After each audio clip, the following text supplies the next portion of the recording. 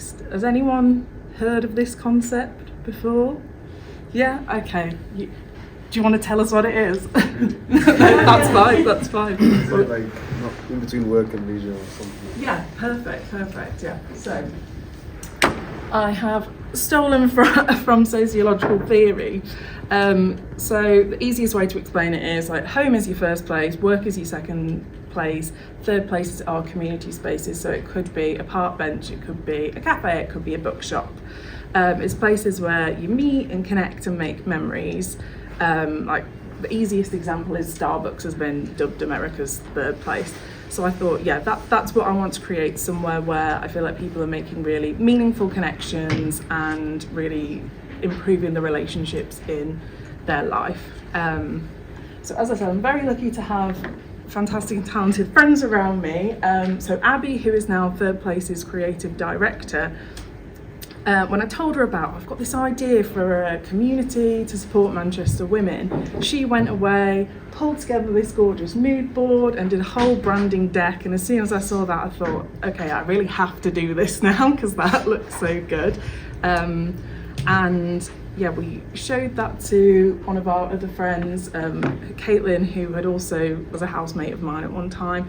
And she decided that she wanted to be involved as well, and she's now our digital marketing lead. So yeah, very lucky to have a creative community around me. And as I said, because it is quite competitive, I was keen to make sure that the branding was a bit different. Just because it's aimed at women, it doesn't have to be kind of bright pink and I guess traditionally feminine. Not that there's anything wrong with that, but I'm very conscious of the Third Place making sure that it's reflective of every different type of womanhood, and there is no one way to be a woman. So yeah, this is the fantastic team, and I think what's set us up for success is we've kind of all experienced loneliness at some point in our lives and have definitely been enriched by having these really good female friendships, and we know how hard it can be to make friends as an adult. So the business is very much inspired by and born out of genuine female friendships. So what have we done so far? So here's a very quick overview, just some top line stats. So 63 events organised and hosted. As of this morning, 1,301 tickets sold. Over 700 women connected, and we've collaborated with 51 different venues across Manchester. So I'll run you through some kind of milestone moments in the story, really. So June 2023, that was our first event.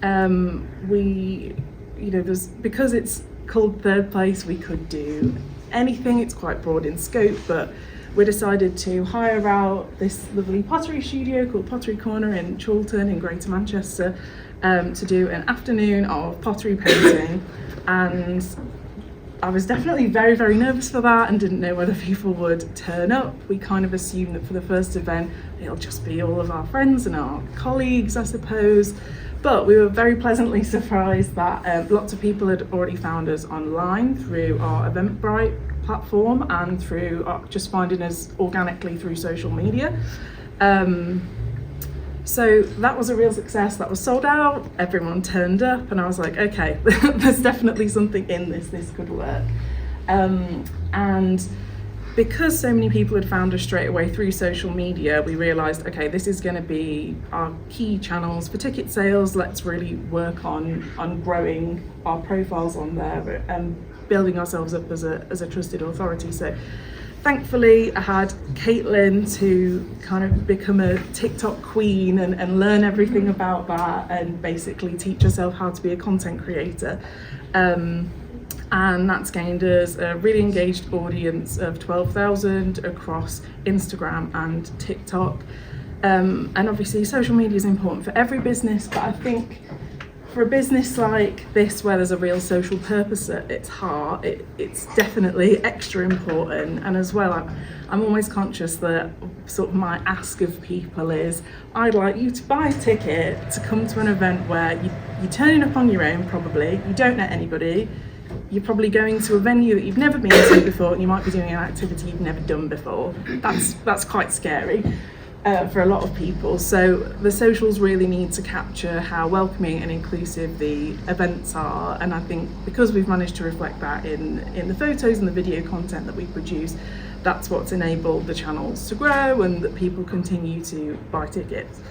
And it's also a useful tool for us to, as I said, become a trusted authority. So we spotlight a lot of Manchester venues doing, like, I don't want to say reviews because we're not saying critical things about places, but, you know, best places to have coffee on a Sunday morning, or here's my ideal Sunday, things like that. Just giving insight and recommendations and building ourselves up as a trusted voice. Then fast forward to December 2023 is when we decided to do our first big social. So that was basically hiring out a bar on Ancoats Marina and hosting 60 women there for a sort of Christmas party type thing. Definitely very nervous for that because the stakes were a lot higher than the other events we'd done. If anyone knows anything about hiring these big venues, you have minimum spends, so you've got to be confident that people are actually going to buy tickets, otherwise you could be losing quite a lot of money. But we were very lucky that we sold out the whole thing. It was a massive success, got really great feedback, and there was a really nice moment for me there where I really thought, okay, this works, because it has this lovely glass frontage to the bar. When everyone was in there, I kind of stepped outside towards the end of the evening and sort of looking back through the glass like, oh, this is what I had in my head is actually happening in front of me now. Like, it's, the vision is coming to life. And then next key milestone was getting on the Mind programme. So that's how Sarita and I met. So probably some of you know about it because it's a entrepreneur kind of accelerator program that's been created in collaboration with Leeds Beckett Uni and a content and comms agency called Gold 79. So I was very lucky to get on that, and we've enjoyed talks from some amazing CEOs, and we've also got mentors, so that's definitely pushed me to keep going. You need people to keep you accountable, I think, when you're an entrepreneur, no matter what stage of the journey you're on, so that's been really useful. Right, so in October 24 we had our first studio client. So this was another arm of the business that came about really organically. So like I said, we realised straight away that our content for social media was really, really important. It was something we needed to spend a lot of time in to make sure it was good quality. And then we thought, well, we're doing this already, why are we not selling this content back to the venues that we work with? You know, there's no reason why they wouldn't want photography and videography of their venues looking really busy, full of people having a fantastic time. So yeah, our first studio client was New Wave Ramen, which, yeah, if you're ever over in Manchester, great ramen restaurant. We did a supper club there. Abby, our creative director, she took photography of it. So that was a way we realised, okay, we've got another revenue stream here as well as the core stream, which is the ticket sales. So that was really exciting. Then in November of last year, we got our first big sponsor. So you can just about see the logo on the balloons there. So it's a really cool app called Betty, which is kind of like Bumble BFF. So it's sort of the digital version of Third Place, really. It's a way for women to like connect and make new friends, and yeah, they approached us because they were about to launch, and I was like, we've got one more event before the end of the year, do you want to sponsor this one? And yeah, that was a really, really good experience. They were a great team to work with, we were really aligned, and it was great to actually get a monetary sponsor, because prior to that we'd been fortunate enough to get kind of gifting and things like that, but obviously having that when you're hiring out a big space, that kind of reduces the risk because you've got that minimum spend covered by the sponsor. So yeah, that was definitely a really key milestone for us. And then what's been going on this year? So we've refreshed the website. And really, prior to January, like we had a website, but it was more of a static thing. Like I said, we were using Eventbrite for ticketing, but we decided we wanted to move away from that and kind of bring the ticketing in-house.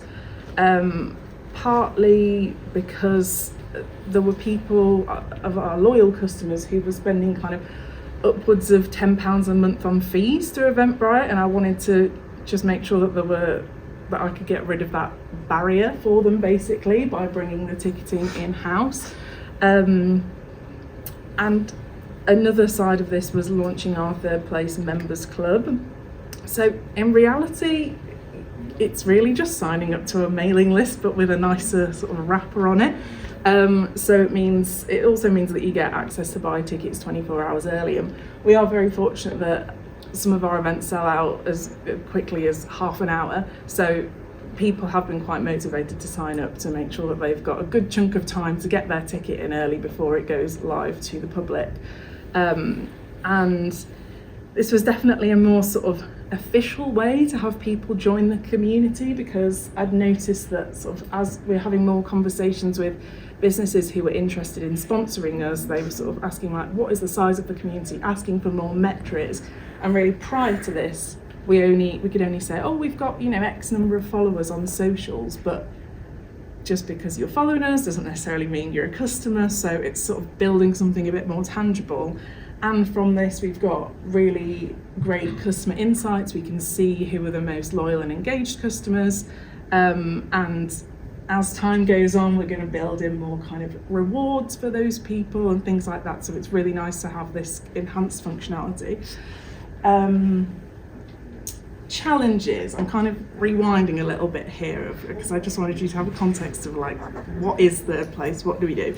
And so the challenges with setting up a business like this, so I suppose this wasn't a challenge to me, but the challenge is generally so there's no barrier to entry. In theory, like any of you could set up a business like this in 5 minutes, like, in the sense that you just need some kind of online presence and some kind of way to sell tickets, and you can do those for free.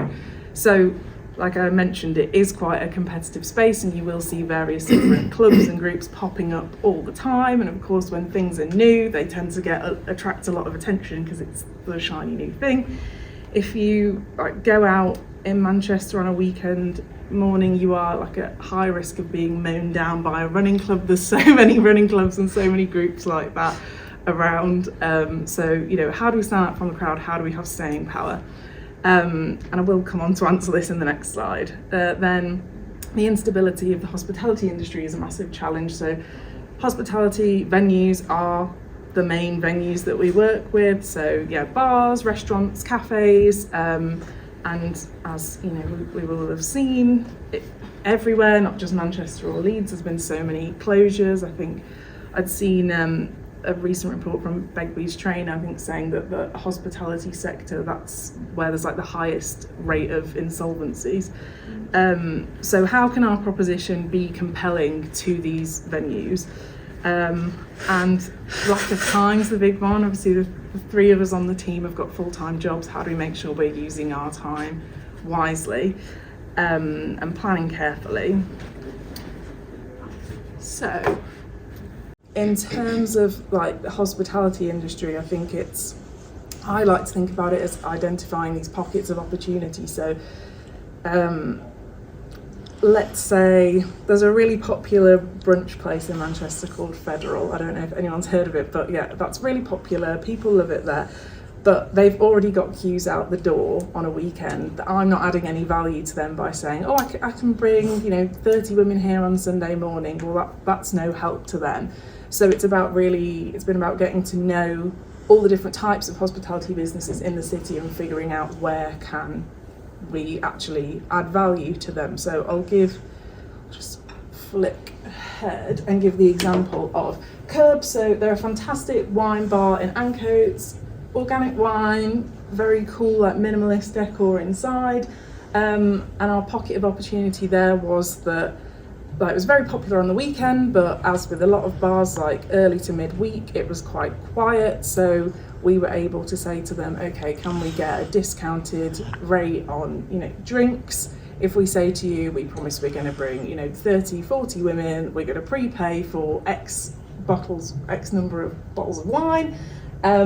So you're going to be getting guaranteed footfall, guaranteed revenue, and we know we're going to have a great event.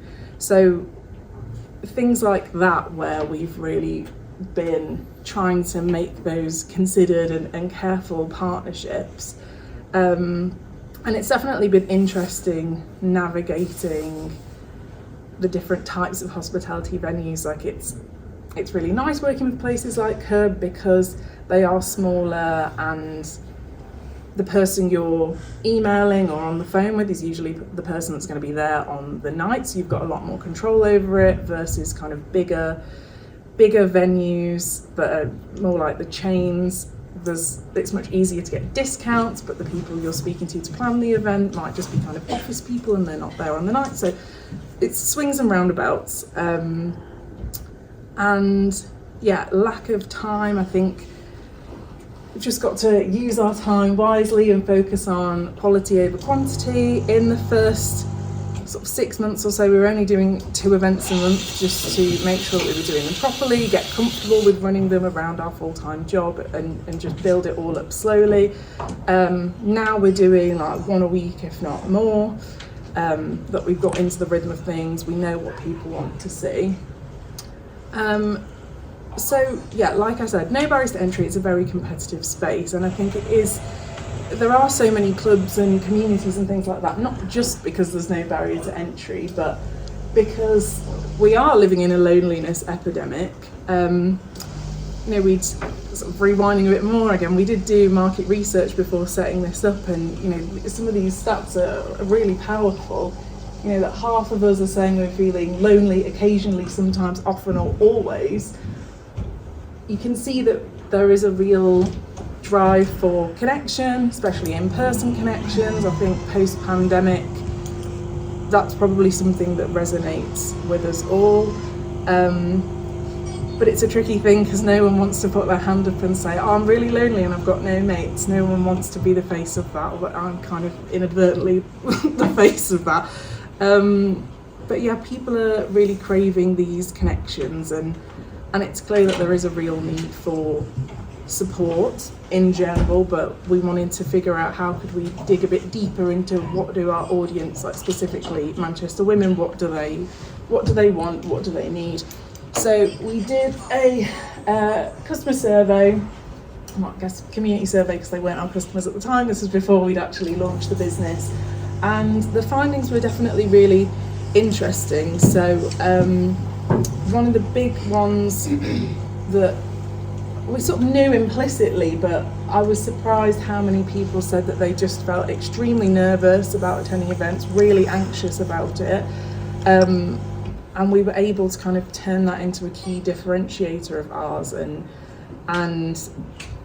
put various things in place that I'll explain in a second that sort of removed those barriers, because we had asked, what would stop you attending, and really thought carefully about how can we break that down for people.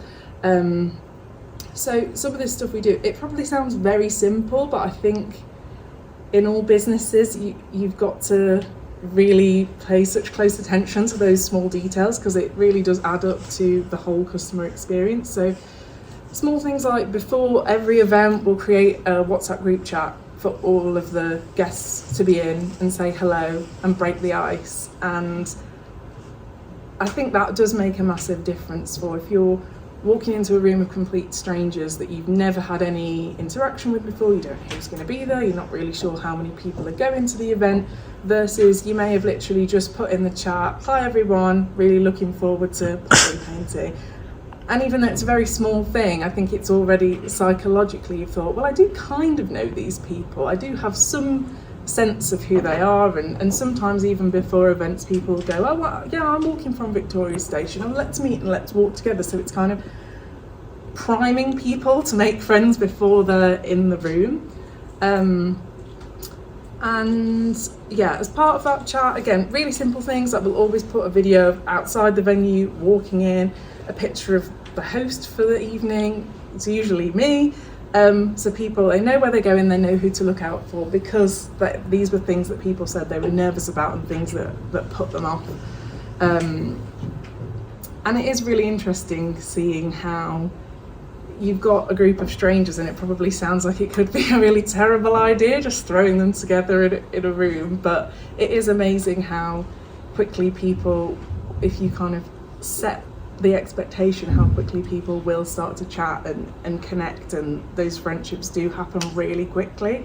I know for our bigger events like the socials that I mentioned, if we might have people arriving over the space of half an hour. Sometimes people who come in a little bit later, they'll look at the room of people and think, I can see their faces like, oh God, there's 30 people here already, and they look like they all already know each other. And so pretty much to everyone I now say, I know it looks like everyone knows each other, but I promise they don't. They've literally just met a few minutes before you got here. Another key point from this survey was really being inclusive in lots of different senses. So different events at different times of day. So it doesn't matter what you're doing for work, there's something for you. Events at different price points is really important for us as well, to keep it accessible. And also being mindful of, there's lots of people who don't drink for a number of reasons. So we've got some alcohol-free events. Even at the events where people are drinking alcohol, there's always some really nice alcohol-free options. So just being considerate in our approach. So our events kind of fall into these quite broad categories, and this was based on, again, the findings of the survey. We sort of found that people were just as interested in going for brunch as they were trying out a yoga class, or doing a manifestation event, and that gels really nicely with the whole concept of a third place. Like, our venues could be anything, the events could be anything. So we've got Explore, so that is quite a broad one, but that could be like after work socials, supper clubs. We've got Move, so that could be spin class, yoga class. Reflect, so that's the likes of like vision boarding, women's circles, confidence workshops, and Create.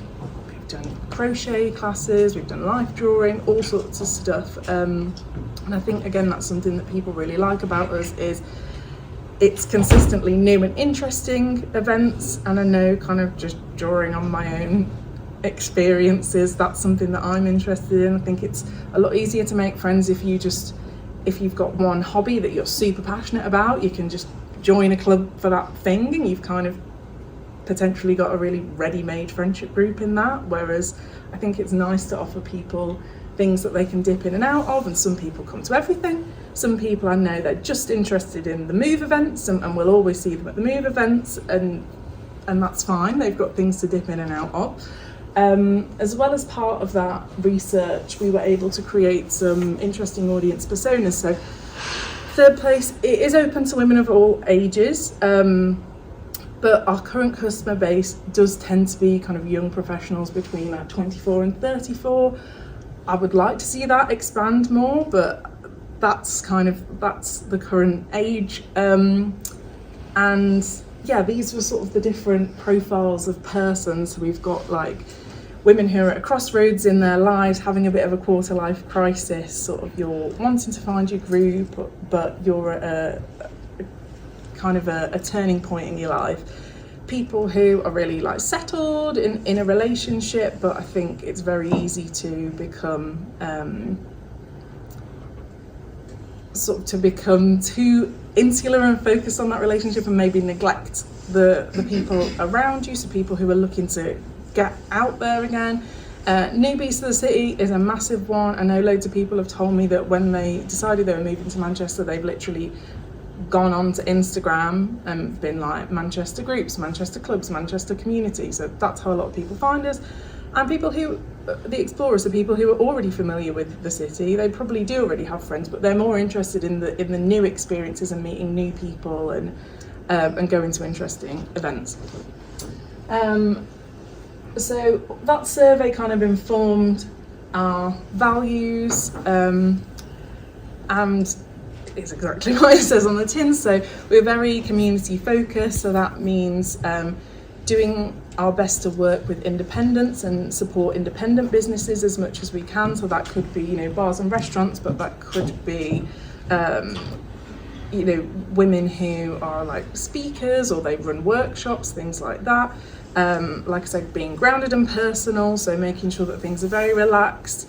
We're never going to do anything that's like super intense or highly pressurized. You can kind of participate as much as you want, and choosing venues that really feel like they're safe spaces. People particularly really like those big socials that we do every quarter because we take over the whole bar, so I can guarantee like everyone here is a woman, and I will emphasize safe spaces for all women, so that's anyone who identifies as a woman is more than welcome to come and join us. So measures of success, I think success looks very different for everyone. You'll have different definitions of that. And for us, it's kind of, are we fulfilling that mission that I'd mentioned at the start? So are we helping Manchester women to make friends by hosting diverse in-person events to grow their social circle? Are we doing it? How do we know that? So high attendance rate. So the tickets sell, the majority of our events sell out, and the good thing is that the majority of people turn up. I know in events world, event dropout is a real problem, and there's lots of things that we put in place to try and stop that from happening. So we don't do free events. We have done free and like very, very low cost events in the past, but I think it's too easy to not turn up to those. If you think, you know, I haven't paid anything or I've only paid £5, you might just think, well, I'll leave it and I won't bother going. Might sound a bit harsh, but we do have a no refund policy. In reality, if someone can't make it and they let me know, I do always have a massive wait list of people, so I can usually find someone else to go and refund them. But again, it's just all these different points that prime people before it's the day of the event that actually encourage them to turn up. Like return rates, so as in like people booking again and again. I don't have an exact stat for you because we don't really have a proper CRM until we refreshed the website recently, but based on what's in my brain of hosting 97% of the events and meeting pretty much everyone who's ever attended, we know that there's a really strong group of people who come back again and again, so we must be doing something right. And then feedback, building really good feedback loops. So we send out feedback surveys, I should say, after every event, just to make sure, you know, is this what people thought they were getting? Did they enjoy it? Where can we improve? And generally, we're doing really well. And it's always interesting to hear people's feedback. Sometimes it's things that are out of our control, but there's been really interesting insights that are just very small things that we can tweak along the way to just keep improving, basically. And there's a little feedback snippet from Charlotte, who is like an OG third place fan. She's been to almost everything, and yeah, I think just not losing sight of how your customers feel and making sure you're really connected to their experiences. Like, I think something that's been really rewarding for me is like, and there was a woman at one of our events in summer. It wasn't Charlotte actually, but she came up to me after the event. I hadn't met her before. She gave me a big hug and she was like, you know, I wasn't going to come tonight, Beth. I've had a really crap week. I've got a lot of stuff going on in my personal life. I really didn't feel like coming. But you'd sent really nice messages in the chat and I thought, I'm going to give this a try. I'm going to give it a go. And I'm so glad I came. So I think things like that's super rewarding to hear, and that keeps motivating us to do more.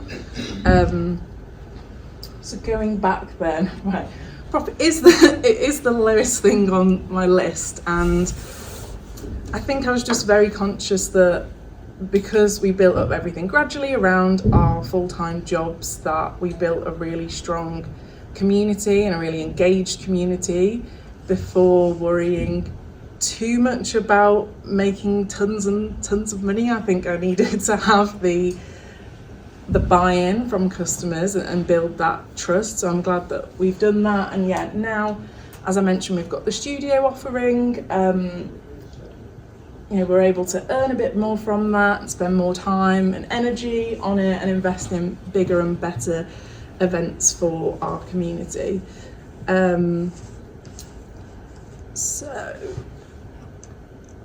top tips then.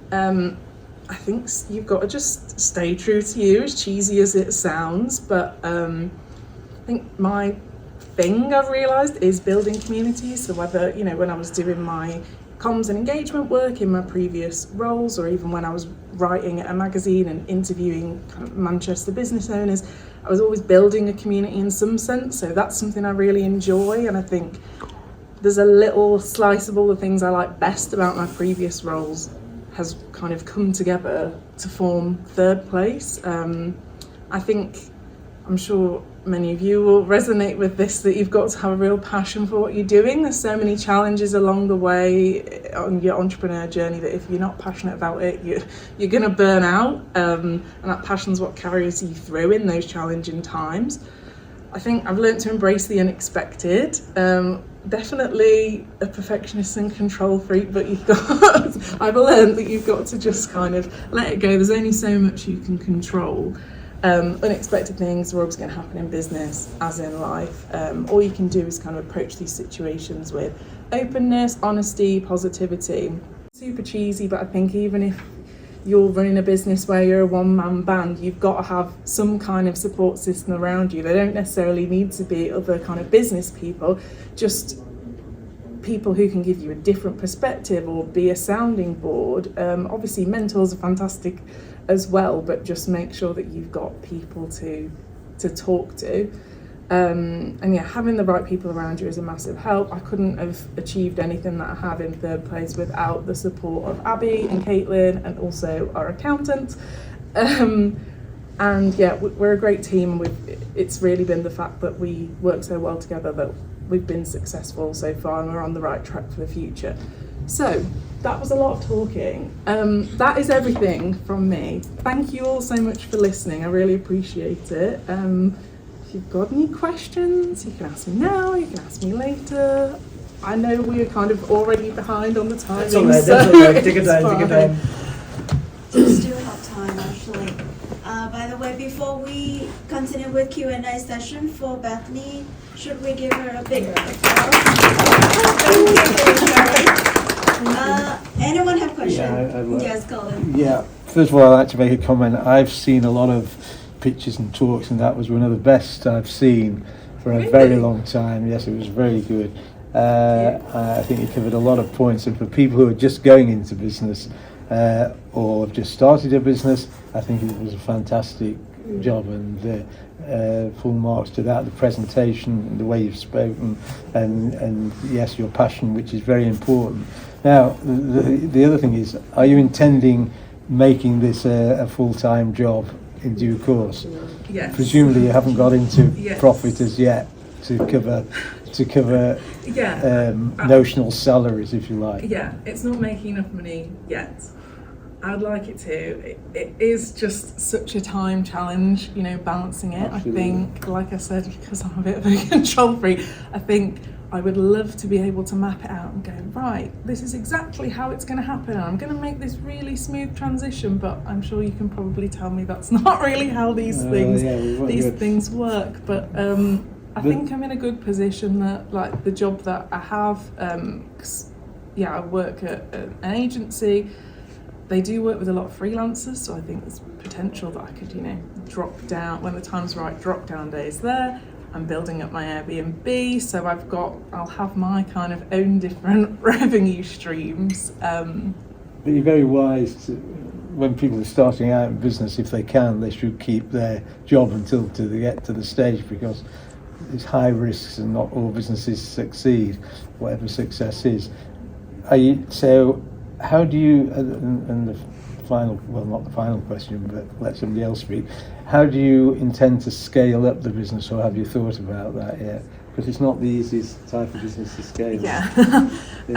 So there's a lot of different things that I'm considering. Definitely being on the Mind program's been super helpful for how do I take this to the next level. I think the sort of members club that I referenced, that is just, right now, that was just a free thing that anyone can join. I think I'm going to have to move to some kind of paid version of the members club where there's a subscription element to it, so there's a bit more kind of steady income coming in. There's that. I think there's a lot more that we could do with this creative studio side, because of the backgrounds of all of us, I think there's a lot of projects that we could pick up there, and the sponsorship side as well. So I think there's a lot of different things to pull on, but yeah, I am very aware that I need to build up the other elements of the business, otherwise I'd have to be doing like 5 events a day to make enough money to pay us. So in longer term, there's a possibility of franchising, I would imagine, if you create. yeah, but I don't know how I feel about that. But I may have to be open to that. Yeah, very good. We'll see. Okay. Well, thank you very much. Anyone else? Sorry, I was just going to ask, what's your business structure? So is it like a CIC because you wanted to get back into the community? Is it a limited company? It's a limited company. Right, okay. Yeah. So I did think about being a CIC, but I wanted it to be a business. But I think that it's been an interesting thing that I think for a while people didn't understand that it was a business. But not that I guess they need to understand, but because there's a lot of other kind of clubs, and not that I would say we're a club, but that's what we get lumped into. There's some people who are just, I don't know, just because they like going out for dinner with people, they just have their own supper club and it's just a thing they do and it's not a business, so we kind of get lumped in with that. But yeah, I wanted it to be a proper business and have sort of a scope to become something bigger in future. Because I was going to say to you, I don't know if you've heard, I've forgotten the name, but they call it LSM. It's a women's group down south. Oh yeah. And I was looking to join up. Yeah. But like there's 3 levels of membership, and one of the memberships like over £1,000. That doesn't include the events. It's called LSM. I'll have to look Yeah, that up. it's a similar concept, but they're now all glitz, and you know they've been sponsored by L'Oreal and this, that, and the other. So it's something like that. And the other thing I was thinking of, with us living about you wanting to reach out to women, how about thinking of, I know you said you don't want to make it cheap, because I get that, because people don't turn up, but making it a bit more accessible to sort of like maybe some diverse groups who can't afford to go out but would love to go out. Yeah. But that's just me thinking as a person as yeah. I think out of box. So. There will definitely always be that balance, and like when I said we're not doing things that are £3 or £5, but I mean there are events that we do that are like £10. But I understand still that's not possible for everyone, but that's something that I'm keen to, when we've got more sponsors in place, then we can bring down that price point, or you know, potentially have a pool of like pay what you feel type. They do that at the theatre. What about having a tier system? Okay. Incorporate a tier system, so you have like your first tier, second tier, third tier, and for each tier they get a different package. But that's like that London one. Yeah, and I have thought about this. I'm potentially open to it. I think what I maybe like struggle to get my brain around is once I'm doing things like that, then that really, like right now I'm lucky that I'm in the position where I can kind of, when I know that I've got time, like dial things up and dial things back. I think once I commit to that, I'm like, oh, I am really locked in. Yeah. But obviously that is where I want to be. We're trying to scale your business for you. Please, like, that's a good idea. So we're just trying to scale it for you. The other thing which is complementary to this is there's the growth of women in business organisations. You may have heard of Lifted, who are operating around here. So in terms of networking, which this is part of that industry, or call it what you like, it'd be worthwhile looking at you joining or getting involved with women in business. And there are various organisations, and some are based on diversity as well. But Lifted is definitely worth looking at. And the other thing, if you're in Manchester, I don't know if you know it, but there's a thing called the Business Catalyst Club. I can tell you meets about once a quarter, get about 100 and odd people for a lunch. So there are complementary things which it's worth giving it a try. I can tell you about those afterwards. Going to more things like that. Not that I like supporting Manchester, but Have you considered maybe in the future had thoughts about opening your own third spaces? that are maybe covering the split of the activities that. That's really interesting. I think back in the very, very early days when we were basically just like pinning a load of pins on Pinterest, I was like, that would be amazing. I still think it would be amazing. I feel like I'm used to having very, very minimal overheads. The idea of having the overheads of an in-person business scares me. But there is an element of practice what you preach, you know? I know. So, yeah, I'm open to it. That's a great solution. Like I'm in Manchester a lot, and I could look. I've seen your pitch. It's a great pitch. I understand completely your community who you're targeting at. I could see that in Manchester. Like I could see you having a space in Manchester, and you know every night you would host different events and stuff like that. So like, I could definitely see the vision for that. Yeah. And the other thing you could look at doing, this is my dyslexia, thinking out of the box. If you have a sideline as a CIC, there's nothing to say if there's empty properties the local authority can't do anything with. You buy it, not for a pound, but you know what I mean. But you buy it dirt cheap, and then you could get funding to do that up, and then you can use it during the day as a community space. You could definitely get funding. Okay, this is great. This is great, guys. An example is the Shine building. If anybody knows of the Shine building, Chairman of Shine. Oh, yeah, I've just connected with them. So there's the Shine. It's in Hare Hills. It was an old school, and Dawn, who was the founder, it's a CIC, still a CIC. It's a phenomenal building, absolutely phenomenal. So it's probably worth connecting with her. But there's buildings out there, as we all know, that are sitting empty and nobody knows what to do with it. But if you could use it for a community, it could be a sideline, and then you can have your, I was going to say your raves, that sounds, I'm sounding old there. But you can, do you know what I mean? You can start hosting your events in there, and then to generate an income, you can actually have people rent it out to do their own little events. Just an idea that's just popped into my head. No, that's really interesting. I really like it. Yeah. Regarding the scale up, are you going to include other communities as well? Like trans community, those like international students, are they alienated sometimes as well? So if you consider that as well? Not at the minute. I feel like I want to keep it as a women's space, but that to say that includes all women, like trans women. So I think that's always what it's gonna be. But it's also connecting. So, for example, I've got a friend who's transitioning at the moment, and with them, they've just started. I think their company's called Transcend, and it's again connected. Vid is asking for a tip, like, because you talk a lot about community, how to build a community, right? So I just want to ask you about how you keep your customer or people engaged in that community, and how to keep them stay with you and coming back for the next event and things. I think that it's about making sure that they know that they're valued, and one of the ways we do that is, like I said, with feedback. It's not just them saying, oh, you know, I didn't like the pizza, can we have a different pizza? It's them going, people will like message us on Instagram and go, oh, have you seen this kind of new coffee shop's opening, can we do something there? And then when we are actioning people's ideas, making that really clear that, you know, it's not just all the things that I want to do, it's very much driven by the community. And like I said, our socials as well, I know because we're focused on in person, we can't be with people every second of the day.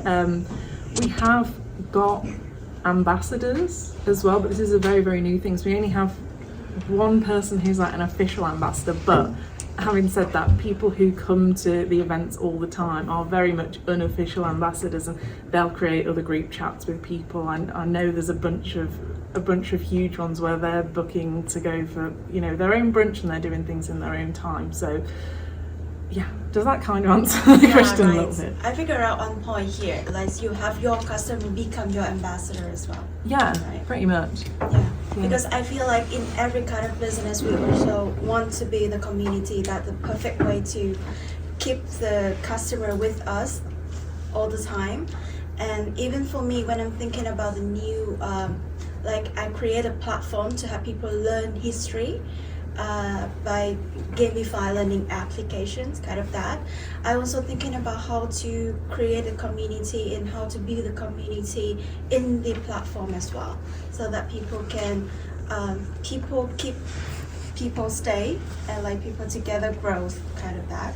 So thinking about that, and I think we have like a fashion brand owner here, right?